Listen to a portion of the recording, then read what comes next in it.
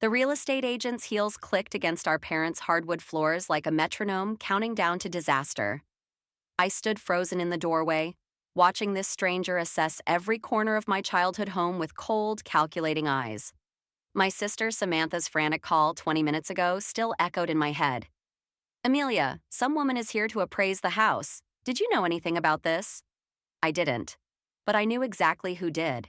"The original crown molding adds significant value," the agent said, scribbling in her notepad. "And these floors, despite their age, are in remarkable condition." "There must be some mistake," I said, my voice steadier than I felt. "This house isn't for sale." She glanced up, perfectly shaped eyebrows arching. "Oh, your husband was quite clear about wanting a quick appraisal. He mentioned something about refinancing options." My stomach clenched. Ryan hadn't mentioned anything about refinancing. Then again, he hadn't mentioned a lot of things lately. "I see." I pulled out my phone, typing a quick message to Ryan. "We need to talk, now."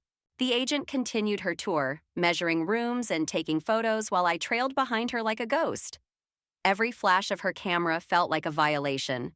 This was where Mom used to read to us during thunderstorms, where Dad taught me to dance before prom, where Samantha and I shared secrets late into the night. My phone buzzed. "Ryan." "At work. Can it wait?" "No." 3 dots appeared, disappeared, appeared again. "Fine. Meet at Luigi's in 20. I found Samantha in the kitchen, clutching a coffee mug like a lifeline. Her daughter Chloe sat at the counter, homework spread before her, oblivious to the tension. "I'm meeting Ryan," I said. "Stay here in case she needs anything else." Samantha nodded, her eyes heavy with understanding. Since her divorce 6 months ago, she'd developed a sixth sense for marital troubles. "Be careful, Em." Luigi's was nearly empty when I arrived. Ryan sat in our usual booth, still in his construction gear, a half-empty coffee in front of him. He smiled when he saw me, that same easy smile that had won me over 12 years ago. Now it just made me angry. "Want to explain why there's a real estate agent appraising my parents' house?" I slid into the booth, keeping my voice low. "Our house," he corrected. "Your parents left it to both of us. They left it to Samantha and me. You're only involved because we're married." He leaned forward, lowering his voice. "Look, I was going to tell you. We need some capital for an investment opportunity. Mark showed me this amazing—" "Mark?" I cut him off. "Your gambling buddy, Mark?" "It's not gambling, it's strategic investing, and this is different. It's guaranteed returns, Em. We could double our money in 6 months." The waitress approached. Ryan waved her away without looking up. "That house is all Samantha has right now," I said. "She and Chloe need somewhere to live while she gets back on her feet. They can rent somewhere. This is our chance to get ahead." Our chance. The words hit me like a slap. I studied his face, the slight sheen of sweat on his forehead, the way his fingers tapped restlessly against his coffee cup. I'd seen these signs before, back when we first started dating and he'd promised he was done with the casinos. "How much do you owe?" He blinked. "What?" "How much, Ryan?"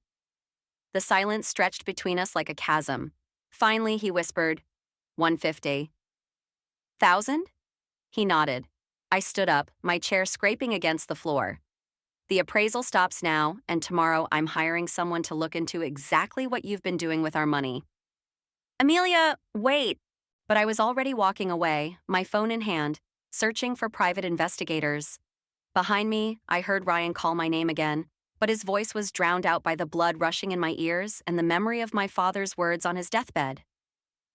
"Take care of each other and take care of our home." I intended to do both. The front door slammed behind me as I entered our parents' house, the sound echoing through the hallway like a gunshot. Samantha looked up from her laptop at the kitchen table, her face tight with concern. The real estate agent was gone, but the violation of her presence lingered. $150,000, I said, dropping into the chair across from her. "That's how much he owes." Samantha's coffee mug froze halfway to her lips. "Jesus Christ, Em." And he wanted to use the house as collateral for more investments. With Mark Johnson, of all people. "Mark?" Samantha's eyes narrowed. "Isn't he the one who got Ryan into poker nights back when you were dating?" I nodded, remembering those early days when Ryan would come home at dawn, reeking of cigarettes and bad decisions. He'd sworn he was done with all that after we got married. I'd believed him. "Where's Chloe?" I asked, changing the subject. "Upstairs, doing homework. She likes using Mom's old desk by the window." Samantha's voice softened. "You know what she asked me yesterday? If we could plant flowers in the garden like Grandma used to?" The weight in my chest grew heavier. "Sam, I need to ask you something. Those final months before the divorce, how did you know Tom was lying about money?" She set down her coffee, something dark flickering across her face. "Little things at first. He'd changed the subject when I mentioned bank statements. Started getting his mail sent to work instead of home." She paused, picking at a loose thread on her sleeve. "Then I found receipts from jewelry stores for things I'd never seen. Turned out he had a whole other life we knew nothing about. I should have seen this coming with Ryan." "Stop that." Samantha reached across the table, gripping my hand. "You're seeing it now. That's what matters." My phone buzzed. A text from Ryan. "Coming home early. We need to talk about this. I can explain everything." I showed Samantha the message. She squeezed my hand tighter. "Stay here tonight." "I can't. I need to." "Need to what? Watch him lie to your face again?" She stood up, pacing the kitchen. "You know what Dad always said about trust?" "It's like glass," I finished. "Once it's broken, you'll always see the cracks." She stopped at the window, staring out at the garden where our mother's roses used to bloom. "I've got a guy, private investigator, used him during my divorce. He's expensive, but he's thorough. I already found one, Insight Investigations. Cancel it, use mine, trust me on this." Before I could respond, Chloe bounded down the stairs, clutching a piece of paper. "Aunt Em, look what I found in Grandma's desk." It was an old photograph, creased and yellowing. Mom and Dad on the front porch, young and laughing, paintbrushes in hand. The date on the back read "First Home Renovation, 1985. "They loved this house," Chloe said, tracing the image with her finger. "Mom says it's got good bones." My phone buzzed again. Ryan. "Where are you? We need to talk now." I looked at the photo, then at Samantha and Chloe. My family. My real family. The decision crystallized in my mind like frost on a window. "Sam, can I use your investigator's number?" She was already reaching for her phone. "I'll do you one better. He's still got all his research on the poker rings in this area, including Mark Johnson's involvement." "What do you mean?" "Let's just say your husband's friend has a reputation for getting desperate men into very deep holes." She typed something into her phone. "And I bet if we start digging, we'll find out exactly how deep Ryan's goes." My phone buzzed a third time, but I didn't look at it. Instead, I watched Chloe carefully place the old photograph on the refrigerator, right next to her latest art project, a crayon drawing of our family, standing in front of the house that Ryan was so eager to leverage away. "Okay," I said, my voice steady. "Let's dig." The manila envelope sat between me and Detective Torres like a loaded gun. His office at Blake Investigations smelled of coffee and old files, the afternoon sun casting long shadows across his desk. "You might want to sit down for this," he said, tapping the envelope with weathered fingers. I remained standing. "Just tell me, your husband's debt isn't just to casinos. Mark Johnson runs an underground gambling network, high-stakes poker games, sports betting, the works. But that's not the worst part." He pulled out several documents. "Ryan's been forging your signature." The room tilted slightly. I gripped the back of the chair. "What?" "Second mortgage on your house, 3 maxed-out credit cards, a personal loan." Torres spread the papers across his desk like a deck of cards. "All with your forged signature." My signature stared back at me from multiple documents, each one a perfect counterfeit. I remembered Ryan watching me sign Christmas cards last December, hovering over my shoulder with unusual interest. "Total damages?" My voice sounded distant, hollow.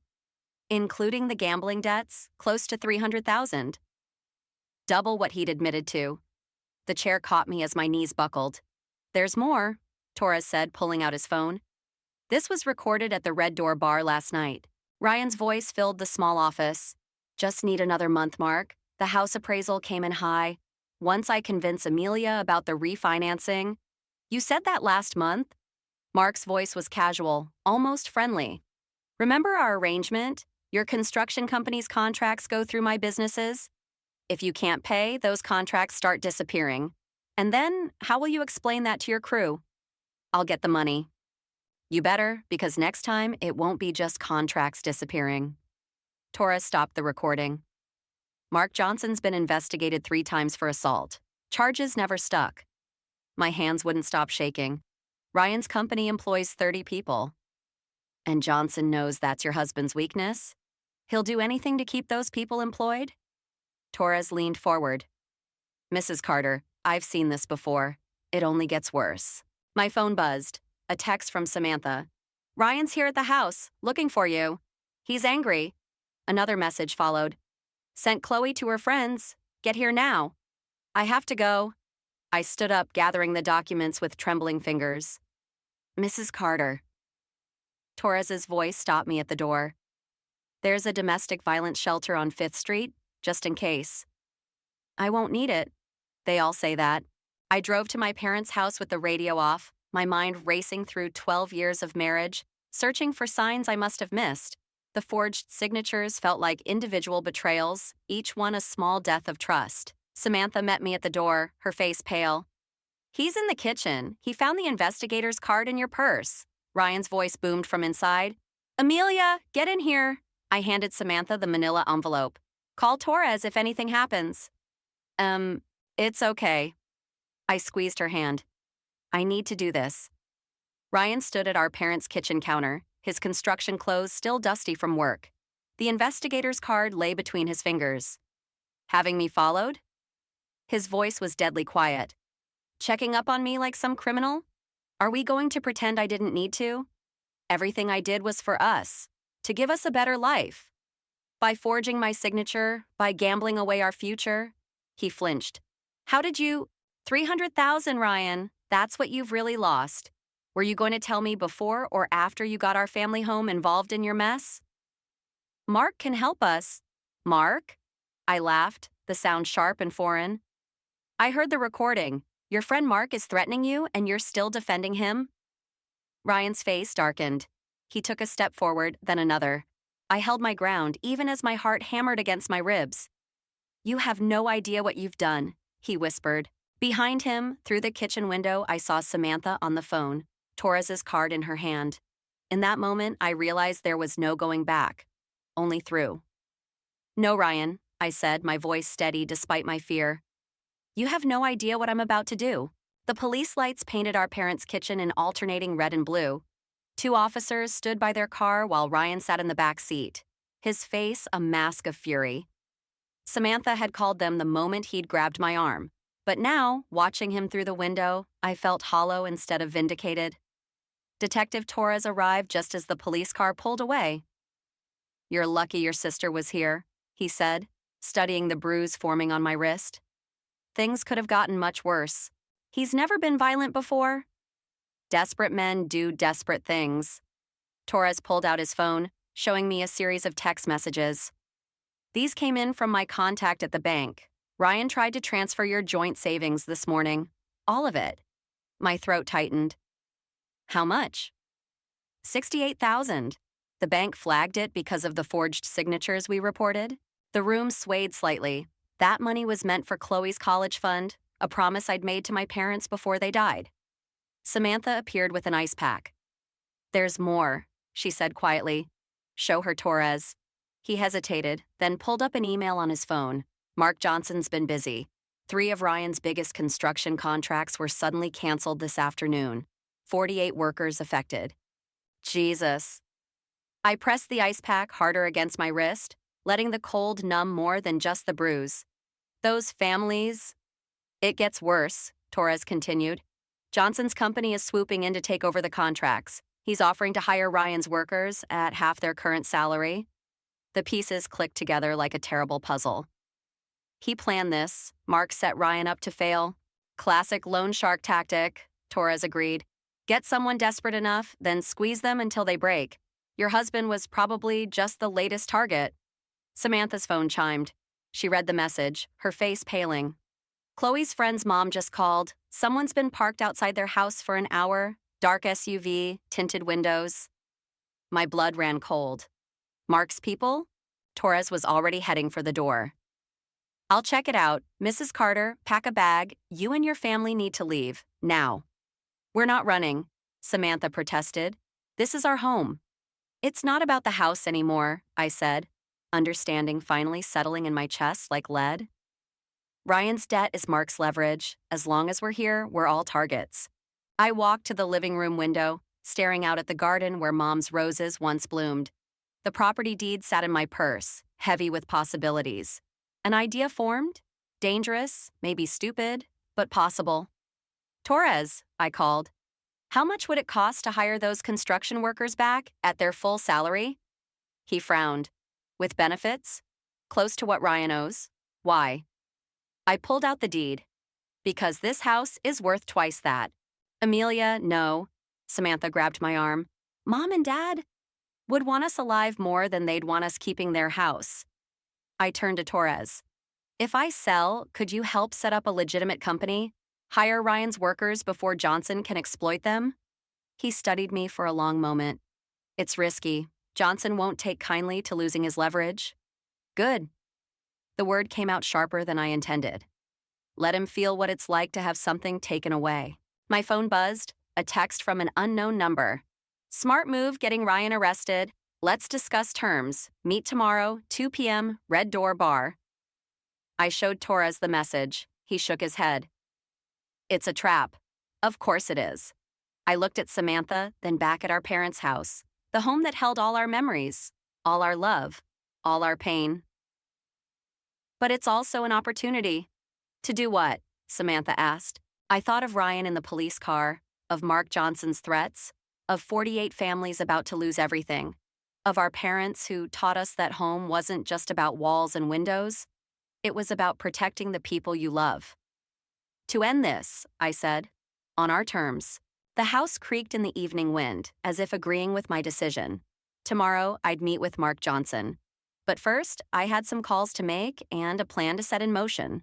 Ryan might have gambled away our future, but I was about to bet everything on one last play of my own. The divorce papers felt heavier than they should as I placed them on our kitchen counter. Dawn barely touched the windows, and Ryan wouldn't be home from the police station for hours. Perfect timing for what needed to be done. My phone buzzed. Torres. Mark Johnson's at the Red Door Bar, meeting with Ryan's crew now. I typed back. All of them. Most, offering 30% less than promised. They're desperate. Of course they were. That's how Mark operated. Create desperation, then exploit it. Just like he'd done with Ryan. The front door creaked. I spun around to find Samantha in the doorway, holding a cardboard box. Thought you might need help packing. I told you to stay at the house with Chloe. Torres has 2 guys watching her at school. She set the box down. Besides, you shouldn't be alone right now. My fingers traced the edge of the divorce papers. Did you know Dad suspected something about Mark Johnson years ago? What? I pulled out an old letter I'd found in Dad's desk drawer last night. He wrote this to Ryan, never sent it, warning him about Mark's investment opportunities. Said he'd seen too many good men ruined by easy money. Dad always could read people. Samantha started opening kitchen drawers. What do you want to take? Before I could answer, my phone rang. An unknown number. I answered on speaker. Mrs. Carter, Mark Johnson's voice filled the kitchen. Hope you don't mind me calling. Ryan shared your number ages ago. Samantha froze, drawer half open. What do you want, Mark? To help. Ryan's crew is here with me now. Good people, desperate for work. I'm offering them a lifeline. You mean exploitation? He chuckled. Such hostility. Tell you what, sell me the house directly. I'll pay market value, hire the crew at their original wages, and forget Ryan's debt. Everyone wins. Except me and my family. Better than everyone losing? You have 1 hour to decide. After that, I start making calls. Did you know most construction companies check criminal records? Hard to get hired with the assault charge, even a pending one. The line went dead. Samantha gripped the counter. He can't do that. Ryan was arrested for... Doesn't matter. The charge alone would destroy those families. I picked up the divorce papers, then set them down again. Get Torres on the phone. I need to know exactly how much evidence he has on Mark's operation. What are you thinking? I walked to the window, watching the sunrise paint our neighborhood gold. The same view Ryan and I had shared for 12 years, planning futures that now felt like fiction. Remember when Dad caught us sneaking out to that concert? How he made us clean the entire house instead of grounding us? Yeah, said consequences should build something, not just punish. My phone buzzed again. A text from one of Ryan's workers. Mrs. C, we're stalling Mark best we can, but people are starting to sign. We got families to feed. Another buzz. Torres. Evidence collected. Ready when you are. The plan crystallized in my mind, sharp and clear as broken glass. Call Torres, I said, grabbing my keys. Tell him to meet me at the Red Door bar with everything he has on Mark. Then call Ryan's crew. Tell them not to sign anything. What about the divorce papers? I looked at them one last time. Leave them. Some consequences need to wait. Samantha caught my arm. What are you going to do? I thought of Dad's letter, of Ryan in the police car, of 48 families about to lose everything, of Mark Johnson sitting in that bar, thinking he had all the power. I'm going to build something, I said, heading for the door. Just not what Mark expects. Behind me, the divorce papers waited on the counter. A promise of endings. But first, I had another promise to keep, to the memory of a father who taught us that true justice wasn't about destroying lives. It was about saving them. The Red Door bar reeked of stale beer and broken promises. Mark Johnson sat at his usual corner table, surrounded by Ryan's construction crew. Their faces were drawn, papers scattered across the table like surrender flags. Torres waited outside with his evidence, but now, seeing Mark's smug smile, I wondered if we were already too late. Mrs. Carter, Mark called out, just in time to watch your husband's legacy crumble. I walked past the crew members, catching their apologetic glances. Pete Martinez, who'd worked with Ryan for 15 years, couldn't meet my eyes. His signature was already on Mark's contract. How many have signed? I asked, remaining standing. Enough, Mark gestured to an empty chair. But we can still make this easy. Sign over the house, everyone keeps their jobs. Even Ryan gets a clean slate. The bar's door opened. Ryan stepped in, still wearing yesterday's clothes, dark circles under his eyes. The crew fell silent. Amelia? His voice cracked. What are you doing here? Cleaning up your mess. I pulled out my phone, sending Torres the signal. One last time. Mark's smile widened. Touching, but unless you're here to sign... Actually, I cut him off. I'm here to make a counteroffer. I turned to the crew. How many of you would rather work for me? Ryan stepped closer. What are you talking about? Carter Construction is worthless now, Mark said, thanks to your husband's indiscretions. True. I met his gaze. But Carter Blake Construction isn't. The bar's door opened again. Torres walked in with 2 police officers and a stack of files. Behind them came Samantha, carrying in corporation papers. Mark's smile faltered. What is this? Evidence, Torres said, dropping the files on the table. Of loan sharking, extortion, and fraud. Enough to put you away for years. You're bluffing. Try me. I pulled out my own stack of papers. Or we can make a deal. Sign over your contracts to the new company. Carter Blake Construction, release Ryan's debt, walk away. Mark laughed, but it sounded hollow. Or what? Or these files go to the DA, along with testimony from everyone you've destroyed over the years. Torres has been busy. Ryan grabbed my arm. You can't... I jerked away from him. I already did. The house is sold to Carter Blake Construction. The crew gets their jobs back with shares in the company. I turned to the workers. If you want them. Pete stood up first, tearing his contract in half. Others followed, hope replacing resignation in their eyes. Mark's face darkened. You stupid bit. Choose your next words carefully, Torres warned, hand resting on his badge. The silence stretched like a wire about to snap. Mark stared at the evidence files, at the officers, at the crew members now standing behind me. Finally, he reached for his pen. You'll regret this, he said, signing the transfer papers. No. I watched him scrawl his signature. I won't. As Mark stormed out, Ryan touched my shoulder. I'm sorry, I never meant... Don't. I shrugged off his hand. The divorce papers are on the counter. Sign them. Please, we can fix this. Like you fixed everything else?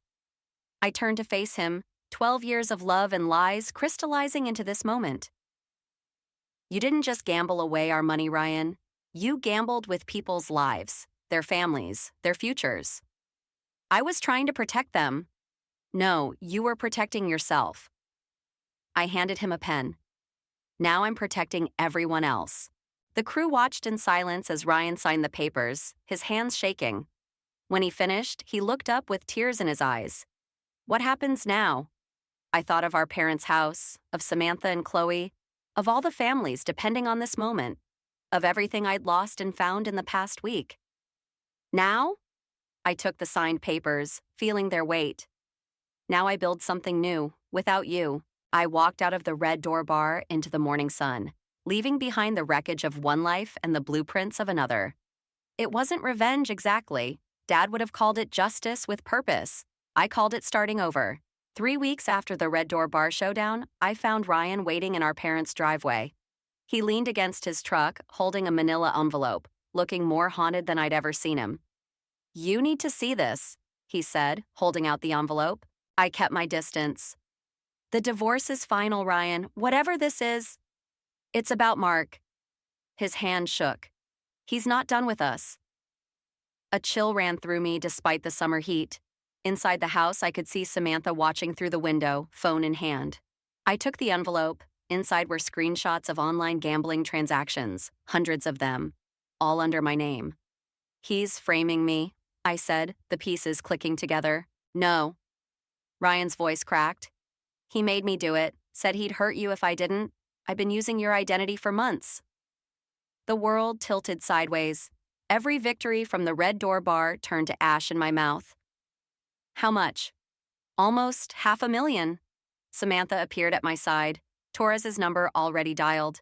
But before she could press call, a black SUV pulled up. Mark Johnson stepped out, smiling like he'd just won the lottery. Told you you'd regret crossing me? He held up his phone. One call, and these transactions go to the FBI. Financial fraud's a federal crime. You orchestrated this, I said. Insurance policy. Ryan was very cooperative once I explained what would happen to you if he wasn't. Ryan stepped forward. I'm sorry, Em. I thought I was protecting you. Always the hero, Mark laughed. Now, about those contracts you stole. Keep them. I pulled out my own phone, clicking play on a recording app. Ryan's confession echoed in the driveway. He made me do it, said he'd hurt you if I didn't. Mark's smile faltered. Torres has been monitoring all my devices since the bar, I said, waiting for exactly this moment. You just admitted to blackmail and identity theft. You're bluffing? Check your phone. He did. His face went pale as he read Torres's text. Recording received. Units en route. You set me up, he snarled, reaching into his jacket. Ryan moved faster than I'd ever seen him, tackling Mark as the gun appeared. They hit the ground hard. The gun skittered across the driveway. I dove for it just as police sirens wailed in the distance. It's over, Mark, I said, holding the gun steady. And this time, you're not walking away. He laughed, blood trickling from his split lip. You think this changes anything? You're still ruined. The gambling debts were traced to your IP addresses, Torres said, appearing with 2 officers, along with evidence of similar scams against other contractors. The FBI is very interested in your operation. As the officers cuffed Mark, Ryan stood up slowly. I know I can't fix this, but... Stop. I handed the gun to Torres. You're right, you can't fix this, but you can testify against him. What about the debts? They're not mine. Torres has proof they're fraudulent. I looked at the house, our parents' legacy, now transformed into something new. The company's doing well, the crew's taken care of. That's what matters. And us? Samantha appeared with Chloe, who carried a set of blueprints, her design for the garden renovation we'd been planning. There is no us anymore, I said, but there is still a family to protect. Your choice if you want to help make things right.